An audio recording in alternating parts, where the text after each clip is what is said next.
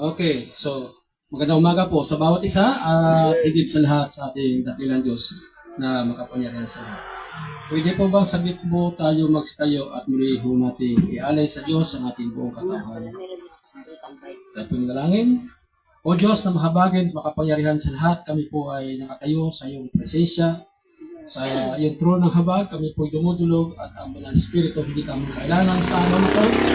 Kanina pa man, sa simula pa lang, ng iyong patutunan, ay kayo na po ang kumikilos sa amin hanggang tayo matapos. Kayo pa rin ang siyang kikilos at siyang maluwalhati. At po ang bahaging ito ng iyong patutunan ay ang aming pong pagsasalo-salo sa pagkain espiritual, pangkaluluwa at espiritu. Kaya pagpalain niyo po bawat isa sa pagkatunay na sa niyo po pagpapala. Ang kasangkapan niyo po ay sumakanya lamang ang tunay na pangunguna ng Banal Espiritu. Sa iyo ang lahat ng kapurihan, karangalan, kaluhatan at pakalaman. Sa pangalan niyo po ang Paso Kristo, ito ang aming dalangin. Amen and amen. Okay, makaupo na po ang bawat isa. Bilang pagpapatuloy po ng ating pong pag-aaral sa salita ng Diyos sa banal na kasulatan, atin pong pinag-aaralan ang panibagong simula ng isang bagong topic. Ito po ay walang iba kundi ang second ministry o paglilingkod. Now, noong nakaraang linggo ay naibahagi ko sa inyo ang kahulugan ng ministry. Ito po ay isang dakilang pribilehiyo na binigay sa atin ng Diyos na ina-appoint niya ang bawat isa. Sa malit sabi, tinawag niya para po sa a certain works or what we call ministry. It's about spiritual works. Ito po ay trabaho ng Banal Espiritu. Tayo lamang po yung kanyang mga kasangkapan. Now, sa malit sabi, atin po ngayong pag-aralan ang ministries of the church. Ano po ba yung mga ministries? When it comes to the word ministries, hindi po tumutukoy ito sa isa. Ito po ay pangmalawakan at pangmaramihan. Kanina ay nabasa po natin ang 1 Corinthians chapter 12 at nabanggit nga po roon sa verse 12 na ang isang katawan ng ating Paso Kristo, bagamat iisa, ay maraming sangkap, sabi rito. For as the body is one and hath many members, and all members of that one body being many are one body, so also is Christ, sabi rito. Para natin maintindihan, dito sa katapusan talata ay saglit nating bigyang pansin. Verse 27 hanggang 31. Kaugnay ng nabasa kanina. Sabi rito sa verse 27, now ye are the body of Christ, and members in particular. Malinaw. Tao ang tinutukoy dito. Hindi po siya tumutukoy sa buildings o sa mga structural buildings. Kundi sabi, kayo. Ibig sabihin, tao ang tinutukoy. Ngayon, kayo ang katawan ni Kristo at mga bahagi sa bawat isa. And God hath set some, yan. And the church, first, apostle, secondarily, prophets, thirdly, teachers, after that, miracles, then gift of healing, helps, governments. Ayan ha, governments, ibig sabihin, pamamahala. Diversities of tongues. Are all apostles? Are all prophets? Are all teachers? Are all workers of miracles? Have all the gifts of healing, though all speak with tongues, though all interpret, but covet earnestly the best gifts, and yet I show unto you more excellent way. Now, ano ang mahalaga sa ating pong pag-uusapan at pag-aralan sa araw na ito? Yung pong verse 31. Yung pong verse 31. Ano po yun? But covet earnestly. Ano ibig sabihin nito? Nasaing maigi. Baka nasain natin ang best gifts. Okay, nabanggit ko po nung nakarang linggo ang mga ministries po natin ay may kinalaman po sa mga kaloob. Kung ano yung pagkatawag ng Diyos sa iyo. Gaya nabanggit ko, ang marami sa mga Kristiyano hindi naintindihan kung ano yung mga in particular in the ministries as a body of Christ. Nagkakaroon ng inggitan, nagkakaroon ng overlapping. Anong overlapping? hindi niya pwesto, inaangkin niyang kanya. Yan ang matindi ron eh. Hindi ba niya tuklasin kung ano yung pagkatawag ng Diyos sa kanya, ano yung kanyang pwesto sa gawain ng Lord? Kung ang katawan ay isang katawan, alright, sabihin natin, kamay, 10 daliri ito. Ibig sabihin ba, 10 daliri, pare-parehas ang function ito? Hindi. Iba eh, pero konektado silang katawan. Gaya ng ating hinlalaki, hintuturo. Itong gitna, palasingsingan, kalingkingan. 10 yan. Iba eh. Sa instrumento na lang, di ba? Anong trabaho ng kaliwa? Anong trabaho ng kanan? Di ba? Iba. Ang naglilid ay kaliwa sa akordihan, pero ang kanan, accompaniment. So, 10 daliri yan. Pero, pare-pares daliri, iba-iba. So, church, ganun din man. Pagpalagay ng parehas silang song leader. Pagpalagay ng song leader ang pag-uusapan sa ministry ng music. O gitarista. Parehong gitarista, pero hindi ibig sabihin, iisa ang skill niyan. Meron doon, parehong gitarista, pero yung isa accompaniment, yung isa leadista, yung isa bassista. O gitarang pinag-uusapan yan, di ba? So leader, meron diyang ibang jangrahan. Ang jangrahan itong isa, solemn. Ang jangrahan itong isa, disco. Ang isa dito, ang kanyang jangrahan, ang gusto niya, mga, tawag doon, yung waltz and so on. Slow rap. Ang dami niyan. So, nais ko lang din po, ipaalala tayo, ayaw ko manatili sa isa. Bilang church members and we are worshiping God, sinasanay ko po ang congregation na maging variety po tayo. Variety, ano ibig sabihin yan? Huwag ka makontento, ikay puro disco lang. Yung lahat ng mga line-up mo, tuwing ikay titindig, doon ka na lang natili sa disco na jangrahan. Hindi ganun. So, kailangan tayo po ay variety. Bakit? Ay di, walang kaibahan niya sa pagkain. Kung araw-araw nakain sa lamisa, ay yan din ang putahe sa palagay mo. Ano ang pakiramdam mo? Ano ang panlasa mo? Hindi ba sabihin mo, wala na ba tayo may mga kain? Wala na bang ibang putahe? Diba? Kung si pastor, ang kanyang pangaral ay puro na lamang kaligtasan, ano ang sustansya? Diba? So, hindi lahat nangangaral, iisa ang kanyang skill. Meron diyang mahusay magturo. Meron diyang mahusay sa government o pamamahala. Mayroon diyang mahusay sa caring. Pero parehi-parehas pastor yan. Ang ibig sabihin, bawat membro ng katawan may function kanya-kanya. Mula ulo hanggang talampakan. Sino ang ulo? Ay di walang iba kundi ating Pastor Kristo. At ang katawan, walang iba kundi ang iglesia. Kaya nga nabanggit ko sa Santa Sina, na sabi ron, ang hindi nagsusuri ng kanyang sarili sa Santa Sina ay nagkakaroon ng pagkakasala o magkakaroon siya ng conviction against the body of Christ. Hindi po mismo si Kristo yun, kundi sa church as a body of Christ. Yung bilang katawan ni Kristo, meron po tayong kanya-kanyang mga ministry. Now, ang tanong, ganito. How do we find our calling? Paano natin malalaman yung pagkatawag sa atin para tayo po ay mailagay sa ganong klase ng ministry? Now, ang mga tanong ay ganito. Paano natin malaman na yun ang pagkatawag ng Diyos sa atin? How can we best prepare? Well, how can we best prepare for it? Where can we begin to put and to practice? Kailan po natin gagawin yung ating pong natutunan? These are good questions, deserve good answers. Ito yung mga tanong na dapat natin pong bigyan ng tawag diyan ay tamang hustisya. Ika nga, mga bagay na tumpak ang mga kasagutan. Tingnan natin ang balasulatan. Ang mga kalooba ng bawat sa atin, yan ba ay bigay ng tao? Sino ba ang may bigay niyan?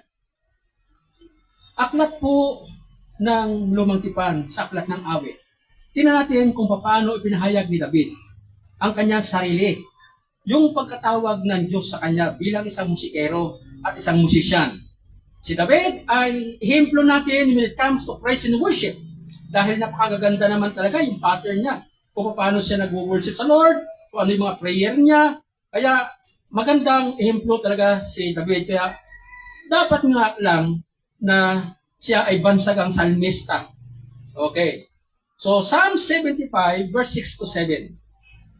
Yan natin. 75, 6 to 7. Sabi rito, for promotion. Ano ibig sabihin? Promotion.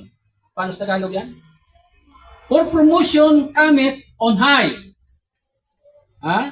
Or cometh neither from the east, nor from the west, nor from the south. Ay saan ba? But God is the judge.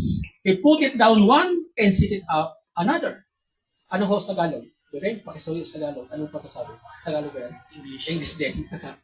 Sino po may Tagalog? Awit 75, verse 6 to 7. Kung atin niliwanagin ito, ang Diyos po lamang ang nakakaalam. Siya yung tapat. Siya yung wasto ang kanya pong pagsusuri at pagda-judge. Ano ang sabi? Brother Alvin?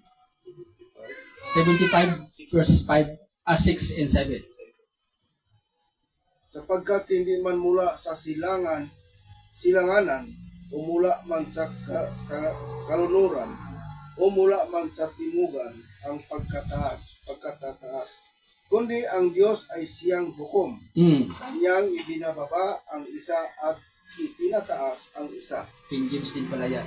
Okay. So, yan. Siya po yung nag-aalis, kumbaga, siya yung nag-eliminate, kung ayaw ng tao eh. O edi, alisin ang Diyos, ilipat sa iba. At ang Diyos din, ang naglalagay ng alin? Yung kanyang mga pagkatawag sa atin. Kaya walang iba. Kaya kung ang kapatiran ay nagrereklamo, bakit ito? Ba't yan ito sa akin nilagay ng Lord? Kapatid, hindi ba't ang Diyos ang tumawag sa'yo? Maaring hindi mo natuklasan. Well, bilang isang lingkod ng Diyos, siguro, bago naman gamitin siya ng Lord para i-announce or bigyan ng notice ang isang tao para siya ay magamit ng Lord. Higit siya na nakakaalam ng bawat membro kung ano yung katangian, kung ano yung kakayanan. Okay? So, ganun siya.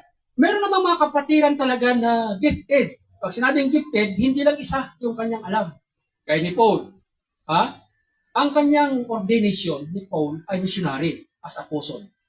Taga-tayo ng mga churches. Pero at the same time, mahusay sa magturo. Palibasa si Pablo ay abogado. Ang kanyang pinanggalingan ay talagang graduate siya sa kolehiyo, sa University ni Gamaliel. Kaya talentado talaga si Pablo. Mahusay sa magturo, mahusay sa mangaral. Kahit magdamag ang pangaral, hindi nauuma yung tao kasi talented talaga siya. When it comes to music, okay din siya. Diba si Pablo si Silas nag-umawit ng hymno sa bilangguan, kakapila pa kamo. Okay, wala sila instrumento, hindi makapalakpak, nakapusas Pero nakaawit sila ng hymno sa bilangguan. Sila ni Silas at saka itong si Paul. Marami pa. Mahusay sa mag-train ng mga leaders. At si Timothy ay isa sa kanyang naging isang batang pastor ay talaga sa Episo para magpastor sa iglesia na sa Episo.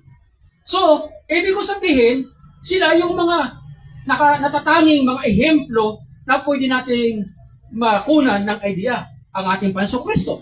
Tao, bagamat dual nature ang nasa kanya, isang pagiging tao, ngunit nasa kanya rin ang pagiging Diyos. Kaya tinatawag nga siya ng kanyang alagad, maging si Tomas, O Diyos ko, Panginoon ko at Diyos ko. Kasi may dual nature ang Panginoong Kristo. So nasa kanya ang lahat ng kaloob. Kaloob ng kagalingan, kaloob ng maging propeta, kaloob ng pagiging isang saserdote, hanggang sin-offer na niya ang kanyang sarili sa krus ng Kalbaryo, kaloob ng kapangyarihan ng kung ano-ano mga kaloob, discerning, healing, miracle, and so on. Nasa Panginoong Kristo ang mga kaloob na to.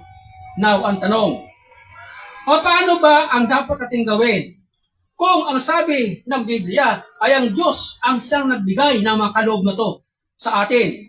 Now, our ministry in the body of Christ chosen by God, not by ourselves or by others. Siya talaga mismo. Isa pang talata sa Bagong Tipan. Hebrew chapter 5 verse 4. Ano nakalagay sa Hebrew chapter 5 verse 4? Ha? Meron pong Tagalog Bible? Ang una nakita, pakisuyot, pakibasa. Hebrews 5 verse 4. Wala? Hebrews 5 verse At sinuman ay hindi tumatanggap sa kanyang sarili ng karangalan ito. Liban akong tawagin siya ng Diyos na gaya ni Aaron. Okay. So, walang ibang sabi riyan? No one takes his honor. At sinuman ay hindi tumatanggap sa kanyang sarili na karangalan ito. Liban na akong tawagin siya ng Diyos na gaya ni Aaron. Yan. Hindi ka pwede magmayabang na ganito ka. Abe, ang Diyos ang nagbigay sa iyo ng mga kaloob na yan. Ha? And sabi rito, kaya ng pagkatawag ng Diyos kay Aaron. Sabi nga rito so also Christ glorified not Himself. Hindi pinagmamayabang ni Kristo ang kanyang sarili kahit nasabi kanina ang dami niyang mga kaloob na natanggap, pero hindi niya pinagmamayabang ang kanyang sarili ang ating Panginoon Kristo. To be made in high priest. Ha? Gaya ni Aaron na ginawa niyang isang mataas na sacerdote. But he that said unto him, Thou art my son. Saan ba tayo?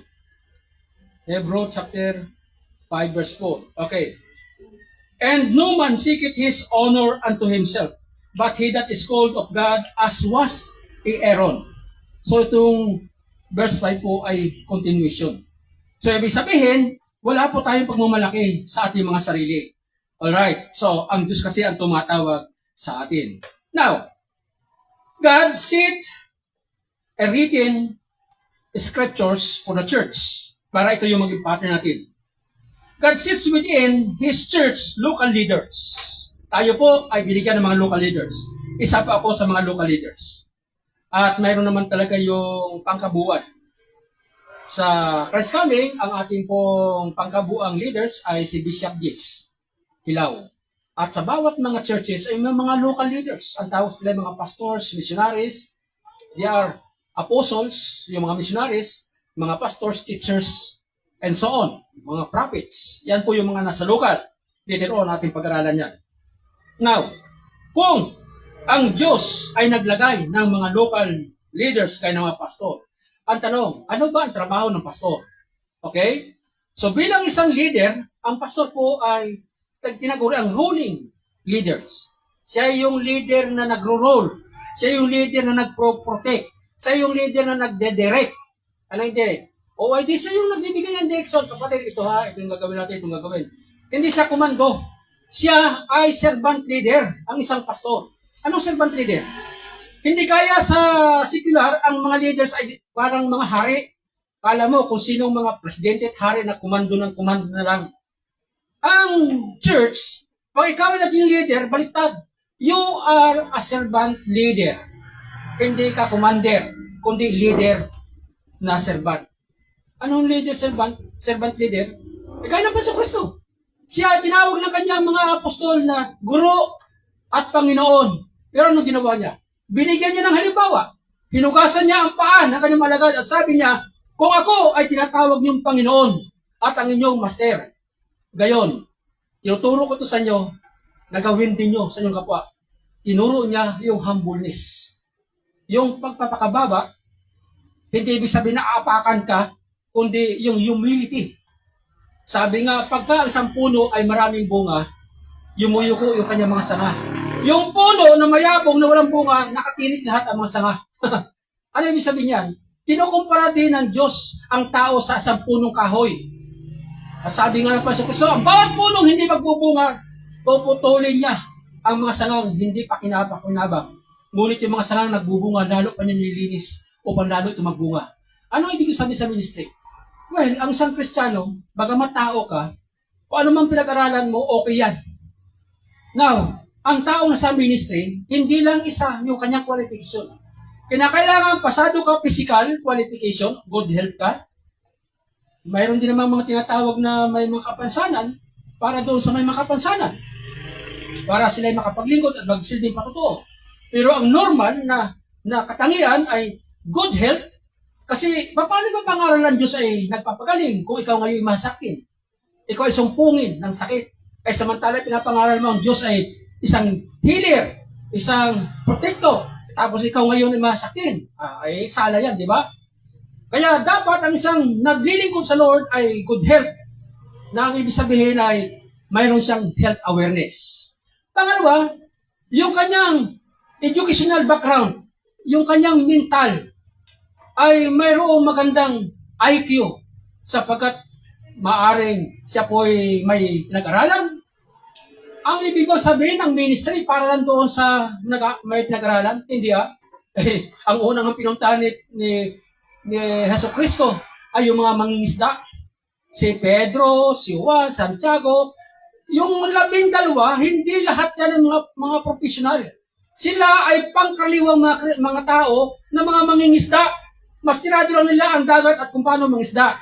Wala silang alam kung ano yung tamang edukasyon. Maliban kay Matthew, isang tax collector. Maliban kay Lucas, isang doktor. Maliban kay Pablo, later on na isang abogado. And marami pa. Diba? Now, ang Diyos, wala siyang pinipili kung ano man ang iyong educational background. Pero, kailangan din sa ministry ang mayroong kaalaman sapagkat maging kagamit-gamit ka sa Panginoon din. Well, ang Banal Espiritu nagtitrain. Kaya lamang, hindi rin ako sumasang-ayon ng lubos kung ang training ng Bible School ay ihiwalay sa church. Mayroon nagtatayo ng Bible School at proud na proud sila pag sila graduate ng Bible School. Hindi ko naman tinatanggi dahil ako na may produkto din ng Bible School. Pero nakita ko sikreto sa Bible, hindi po dapat hintayin yung Bible School para ang tao ay tawagin sa ministry. Dahil ang Diyos nga tumatawag, siya nagbibigay ng kaloob, siya ang magtitrain ang Banal na Espiritu. Kaya lamang ang kailangan po sa tao ay yung kanyang obedience. Sa Christ coming, ako nagtaka nung una, kasi ang alam ko, pagka ang tao ay tinaguri ang pastor, talagang may titulo yan. Ibig sabihin titulo, meron siyang mga educational attainment na talagang patunay na siya graduate ng Bible School, graduate ng Bible College, gano'n. Kasi siya ako nakakita na ang mga pastor, hindi lahat ay profesional. Okay, sa main, marami mga profesional. Mga inhinyero nga eh. Si Pastor Jess ay civil engineer. Yung dating si Pastor Helgardi na pastor natin dati ay civil engineer din. Ay, hindi civil engineer.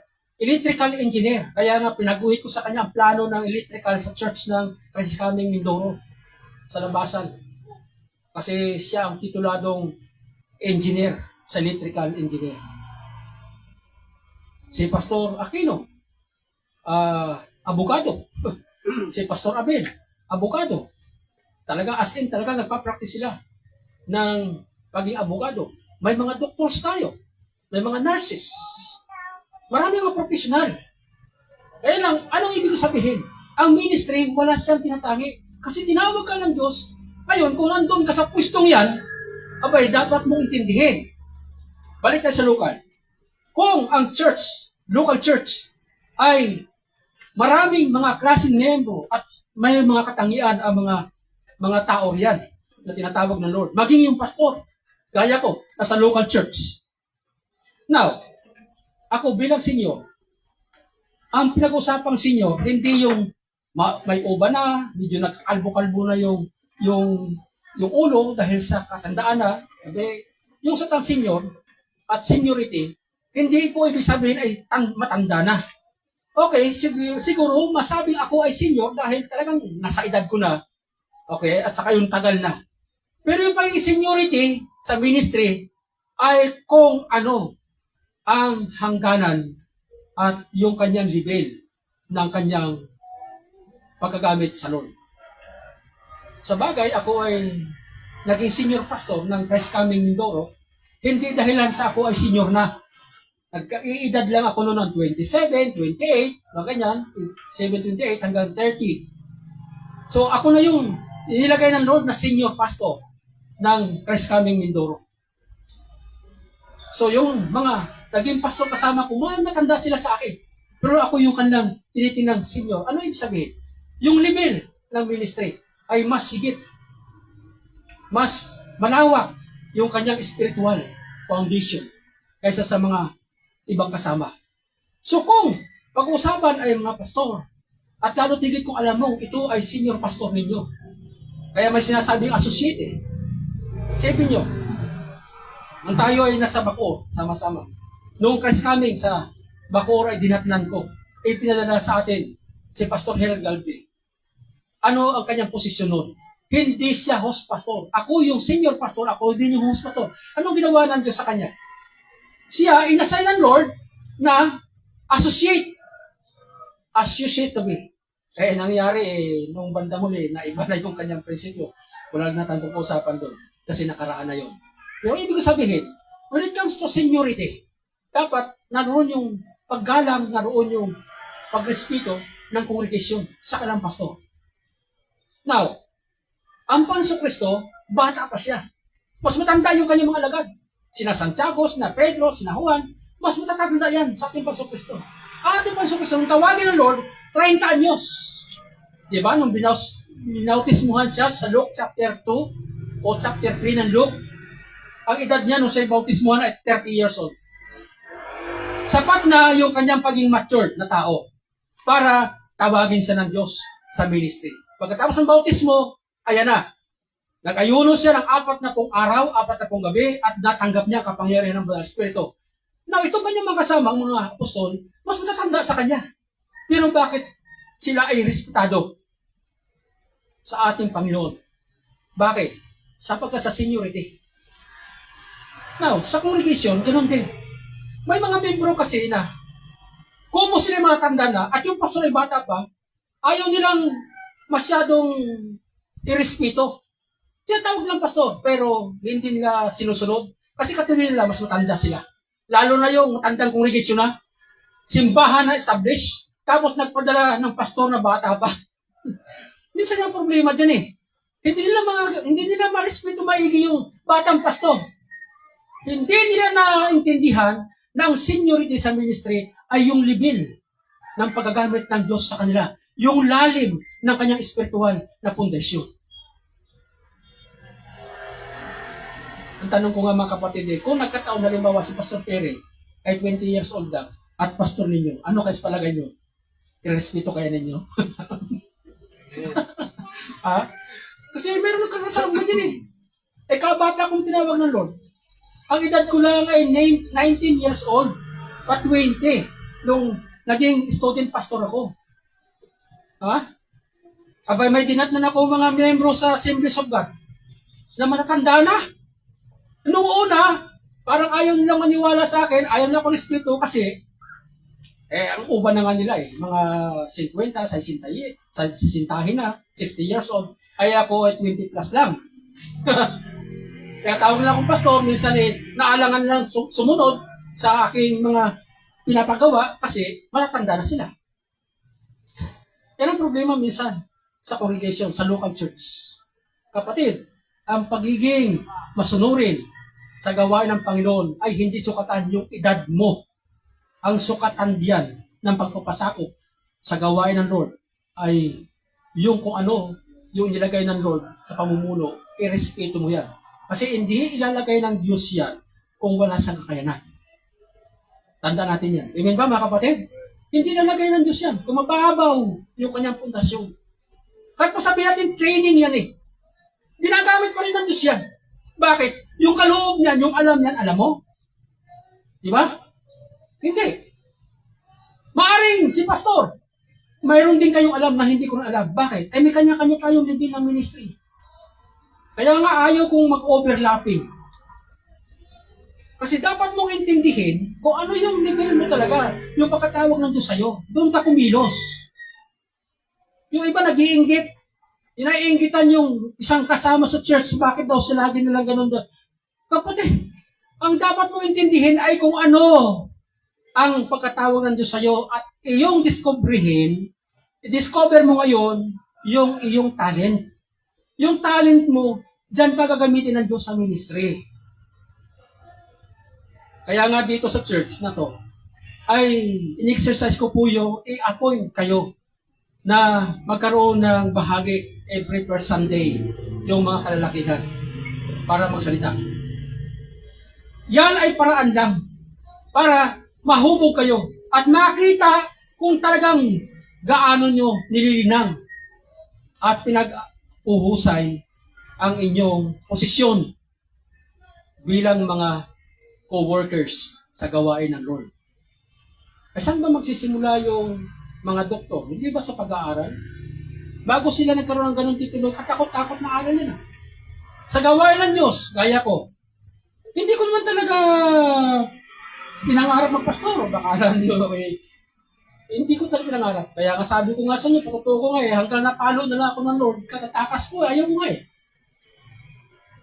Pero wala akong magawa kasi buhay na yung talagang, kumbaga, nasabingit ako ng kamatayan. Sinabi ko na lang sa Lord na, Panginoon, kung may plano kayo sa buhay ko ay maghimala kayo at ako'y huwag niyong pahirapan, pagalingin niyo ko. Kung wala naman ng Panginoon, kunin niyo ko, ayaw ko na maghirap. Hirap na rin ako sa aking karamdaman. Pero, tinawa ako ng Lord at pinagpatuloy niyang pagkatawag sa akin bilang pastor. Nakarating ako sa iba't ibang lugar hanggang nakarating ako ng Quezon. Binata pa lang din ako pero nakarating ako ng mga lugar na hindi ako kalain. Dahil sa inilagay ko ng Lord. Tapos dinatnan ko, matatanda pa din. Bihira ng trabaho. Oo, matatanda. Yun nga, sabi ko sa inyo, nagpatuto ako, nangangaral ako sa playa. Ay ang mga audience ay ang tatanda. Mga 50-hin, 60-hin. Habang ko'y nangangaral ay, sabi pa naman ng isang audience ay, sa matanda na lalaki, Totoy! Paparoon ka pa lang. Kami ay pabalik na.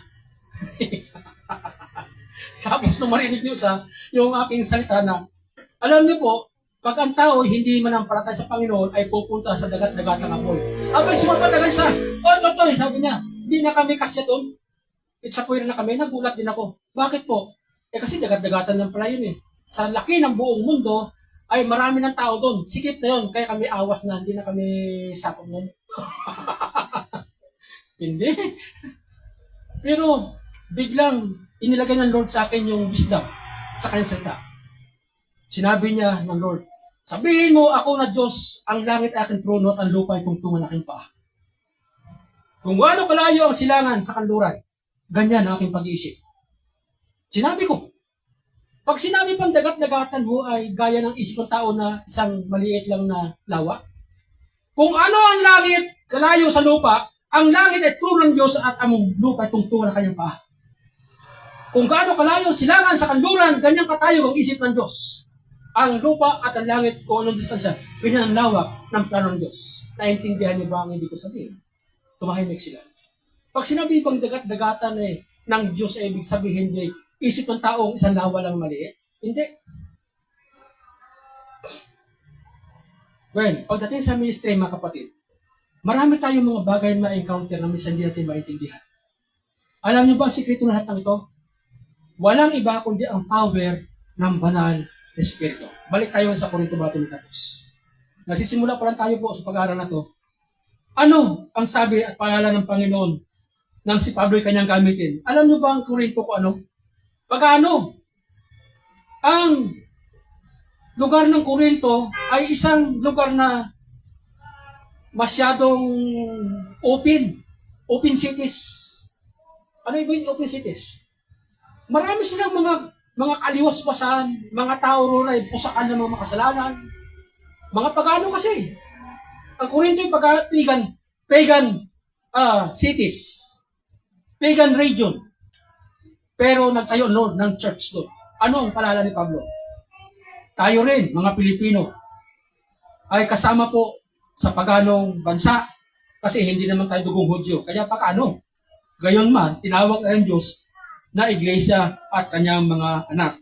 Verse 1, sabi rito, Now, concerning spiritual gifts, brethren, I would not have you ignorant. Yan, sabi ni Pablo.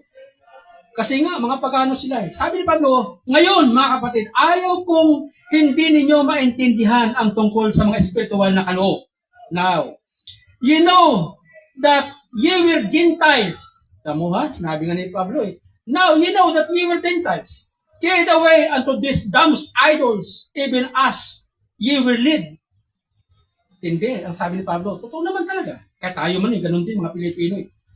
Ilang taon bang namuno ang mga praeli dito sa atin at tayo tinuruan ng false worship, false Christ, hanggang ngayon yung Black Nazarene na yan?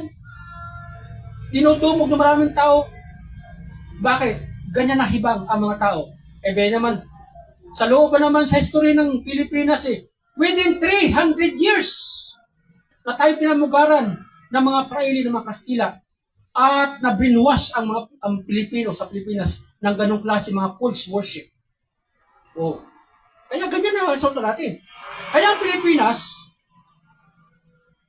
sinala sa buong mundo, kahit sa Arab countries, na ang Philippines daw ay Christian nation. Alam nila.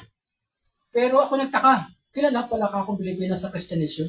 Ng mga Arab countries ha, sa Saudi. Pero alam nyo ba, we are just professing as a Christian. But in reality, Philippines does not practice a reality of being a Christian. Hindi naman tayo totoong Kristiyano talaga sa totoong reality ng buhay. Mga pagano. Ngayon, sabi ni Pablo sa Corinto, ye know that ye were Gentiles, carried away dumb idols. Eh, ang Pilipinas, ganun din, di ba? Sabi dito, verse 3, Wherefore I give you understand that no man speaking by the Spirit of God calleth Jesus accursed. Oo naman. And that no man can say that Jesus is Lord but by the Holy Ghost. Ano sabihin ni Pablo nito? Ba't nabanggit niyang ganito? Now, sa verse 7, But the manifestation of the Spirit is given to every man to profit withal. Ang banal na Espiritu ay nagpahayag sa kalagitnaan ng iglesia para siya ay magbigay sa bawat tao ng mga kaloob na nararapat. Diba? Ang isa ay binigyan niya Espiritu ng word of wisdom. Ang isa ay word of knowledge. Anong word of wisdom? Pag sinabing wisdom, ito ay may kinalaman sa governments, sa mahusay na pamamahala, sa mahusay na mga teknilidad. What is the difference between wisdom and knowledge? Siyempre iba. Pag sinabing knowledge, ito ay may kinalaman sa iyo. Kaalaman, ang pundasyon ng iyong kaalaman. Tungkol sa pagtuturo, tungkol sa pangangaral, tungkol sa pagkaunawa mo sa mga bagay na spiritual. Wisdom is the divine guidance of God how to manifest and manage that certain groups of people. Wisdom. Sabi ito, at yung iba naman ay word of knowledge, and to another, faith by the same Spirit. Ano ba yung faith? Gift of faith. Ano itong gift of faith? Ibang klaseng pananampalataya ito. Halimbawa lang ha, gift of faith. Minsan, ginamit din ako ng Lord yan. Hindi ko nakalain na ganun pala yun. Kaminduro, nung nagsisimula pa lang ang Christ Coming na ganitong house church. Meron kaming ilalim ng bahay na tinatawag na underground. Kasi yung bahay ng ninang ko sa kasal, ay ang bahay niya may underground. Yun ay kwarto na silyado, hindi napapasok ng tubig nung una.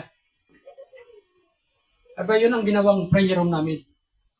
Alam nyo, doon sa church na yan, ginamit ako ng Lord na mag-aaral. Sabi ko, magtiis-tiis lang tayo kapatid ng kaunting panahon. Isang araw, ang Diyos maglalagay dito ng isang malaking gusali, isang malaking muog. At doon tayo sasamba ng talagang totoong pagsamba. Nagulat din ako, ba't pa yan sabi yun? Yung pala, yun yung panampalataya binigyan ng Lord sa akin. Alam mo, 1991, Nung ang Panginoon nagsimulang naglagay ng Christ coming sa Mindoro, ay yes, 1988, yan. 1988 nagsimula, devotion na kami, ganang family devotion, at naging house church.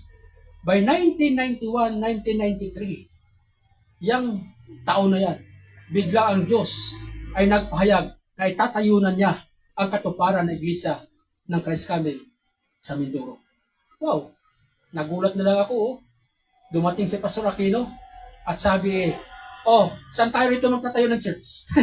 Yung punong mangga na ginagawa kong furniture, na doon ako nagtutorno, dahil furniture nga, carpenter ako, binuwal namin. Yung maraming puno roon na lalaki, binuwal namin. Within 16 days, magmula sa pundasyon, bago matapos ang 16 days, tayo ang isang church, kompleto. Makaraan ang ilang araw, idinaos ang anniversary ng Christ Coming International sa Mindoro. Yun ang unang pagdaos ng anniversary ng Christ Coming sa Mindoro. Now, ano ibig sabihin? Yung gift of faith, sinasabi mo yan, minsan ay you are not aware. It's a gift of the Holy Spirit. Panampalataya kasi. Yun ang kaibahan ng panampalatayang pangkaraniwan. Now, sabi nito, ang iba ay gifts of healing. Napansin niyo yung gifts? Hindi siya singular. Gifts. Bakit gifts of healing? Kasi pag sinabing mga kaloob ng kagalingan, meron dito mga nurses sa atin, meron dito mga doctors, meron dito mga herbalists, meron mga ganun. Gifts of healing. Kaloob yun eh. Pero siya ay ipinaubaya niya sa Diyos yung pagkagamit ng Diyos sa kanya. Kung ikaw isang herbalist, maaaring kaloob sa iyo dyan ng Diyos as a gift of healing. O kung ikaw man ay therapist, physical therapist, gifts of healing. Iyan ang pagkagamit ng Diyos sa iyo. Pero sa kagalingan pa rin ng lupang katawan. Mga doctors, ano ba yung sinasabing totoong pure na divine healing? O ay di yung gifts of miracle of healing? Instant, yung pilay. Pagkatapos ng prayer, biglang tumayo at napantay yung paa. Yung taong di makakita, yung matay bulag. Pagkatapos ng panalangin, instant, yung mata niya, biglang nakakita. Yun ang mga miracle healing. Instant. Pero itong gifts of healing dito, iba't ibang klase ng mga kaloob ito, ng kagalingan. Tanong, paano mapasa tao ito mga kaloob ito? Yan ang tanong. Kapatid, yan ang ating aralin. Dapat ang congregation ay bumalik sa basic. Ano yung basic? Worship. Kasi hindi bababa ang kapangyarihan ng Banal na Espiritu kung hilaw yung ating pagsamba. Nakikinig ba kayo? Ulitin ko. Hindi bababa ang Banal na Espiritu at pupuspusin niya ng kanyang kapangyarihan para magkaroon tayo ng mga kaloob kung ang ating pagsamba sa Diyos ay hilaw. Ano hilaw? Alanganin. Hindi siya puro. Mga pigil. Ay, kung gusto mo talaga na magkaroon ng karanasang ganito sa ating inaaral to, kapatid, simulan natin na bumalik sa basic. Dapat pag tayo sumasamba sa Diyos, lalo yung ating mga song leaders, maglaan kaya ng panahon sila na mag-ayuno. Pati ang pastor, pati ako. Kasi kung di natin gagawin yan, hanggang aralan tayo. Yung totoong practice at pagtanggap ng mga kaloob na to, hindi. Wala tayong karanasan. Bakit? Hanggang head knowledge lang. Bakit? Kasi hindi nakaranas ng kapangyarihan at bautismo sa kapangyarihan ng Banal na Espiritu. Kaya nga, sabi ni Pablo, ayaw ko kayo, mga kapatid, bagamat kayo mga pagano dati, ayaw ko kayo maging ignorante. Gusto kong ito ay maranasan ninyo. We need the power of the Holy Spirit. And what's the power? The anointing of the Holy Spirit will come when we receive baptism in the power of the Holy Spirit. Baptism in fire of the Holy Spirit. Yan lamang higit natin kailangan. Kasi hindi ka tatanggap ng kaloob na to hanggat hindi ka nakatanggap ng kapangyarihan ng Banal na Espiritu. Tatanggap lamang ng kaloob ang kongregasyon ng Banal na Espiritu kung matanggap natin ang kapuspusan sa kapangyarihan ng Banal na Espiritu. That's it. Alam niyo ba na ako yung tinawag ng Lord na maging pastor? Unaware ako. Na kaya pala niya ako tinawag kasi ilang beses ko naranasan ang kapangyarihan ng Banal na Espiritu. Nabaptize ako sa kapangyarihan ng Banal na Espiritu. Kaya pala ako hindi makatakas. Tinatawag na ako ng Diyos sa gawain niya. Ano nga ba ang silbi ng bautismo ng Banal na Espiritu na maranasan ng isang tao kung hindi siya magamit ng Diyos? Aber? Kayo mga Kristiyano sa loob ng church na hindi nakaranas ng bautismo ng Banal na Espiritu, ang bababaw ng spiritual foundation. Pinaglalaroan nila ang mga bagay na espiritual. Hindi sila seryoso. Bakit? Ang babaw nga ng kanilang karanasan. Pero ang kongregasyon na malalim ang karanasan sa Banal na Espiritu, wow! Yan ang mga Kristiyanong kagamit-gamit sa loob ng church. Bakit? Hindi nila kayang pigilan. Kusang lumalabas yung nature ng kapangyarihan ng Banal na Espiritu sa buhay nila dahil naranasan nila ang baptism of the Holy Spirit. Kaya nagagamit sila sa ministry. Eh, paano yung hindi nakaranas? Kaya ang babaw nga Kaya minsan, naglalaruan nila ang mga bagay na spiritual. Kahit pagdalo na church. Laro lang sa kanila. Isip nila, parang tradisyon lang ang pagdalo sa gawain ng Panginoon. Kung gusto talaga natin, kahit ilang piraso lang tayo ngayong umaga, kung seryoso tayo na tayo magamit ang Diyos ang totoo sa ministry, you need to feel and to be filled with the power of the Holy Spirit. Paano? Kaya nga tayo pinag-ayuno ng Lord Yan, isa pa yan. Tuwing araw ng linggo, hindi ko alam kung nagpa-practice mo tayo mag-ayuno. Isa din yung sa failure ko, inaamin ko, Lord. Pag linggo, minsan di ako makatis, lalo pag kagatong senior, iba na talaga yung ng katawan ng tao. Pero hanggat maaari, kinakailangan natin tayo magsipag-ayuno. Tuwing araw ng linggo. Yung mga song leaders natin, bilang mga worship leaders, dahil kayo mismo yung dito sa harapan, nagpo-flow ang kapangyarihan ng Banal na Espiritu sa mga leaders down to the congregation. Now, if you're the leader, lalo to worship leader ka, wala ka man lang ano yung ng Banal na Espiritu. How can you expect the congregation will feel the power of the Holy Spirit? And yet you yourself here on this front never feel the power of the Holy Spirit. How can you expect someone will feel that power? Mantala ikaw wala kang, hindi mo nga alam paano yung moving Holy Spirit You don't know how to praise and worship.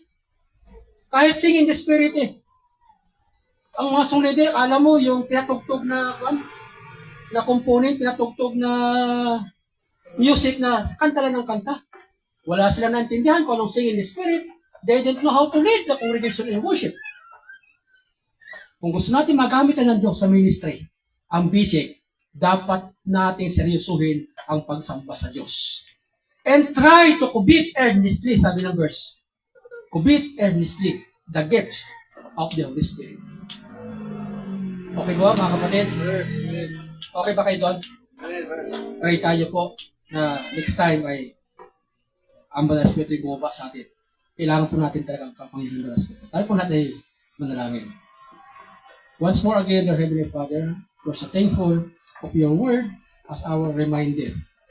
Salamat po sa iyong kabutihan. Salamat po sa iyong salita na nagbibigay po ng alertness sa aming kaisipan, sa aming po mga buhay. Hindi na po namin nararamdaman ang malalim na karanasan sa Banal na Espiritu. Sapagkat ang pagsamba sa inyo na totoong pagsamba ay nakapagbigay ng enthusiasm, ng sigla sa buhay espiritual, sa paglilingkod. Kung wala po ang Banal na Espiritu sa aming kalagitnaan, ano na ba ang silbi namin pagtitipon? Samantalang kayo ang aming pong sustansya. Kayo ang aming kalakasan. Kayo ang nagbibigay sigla sa inyong katawan.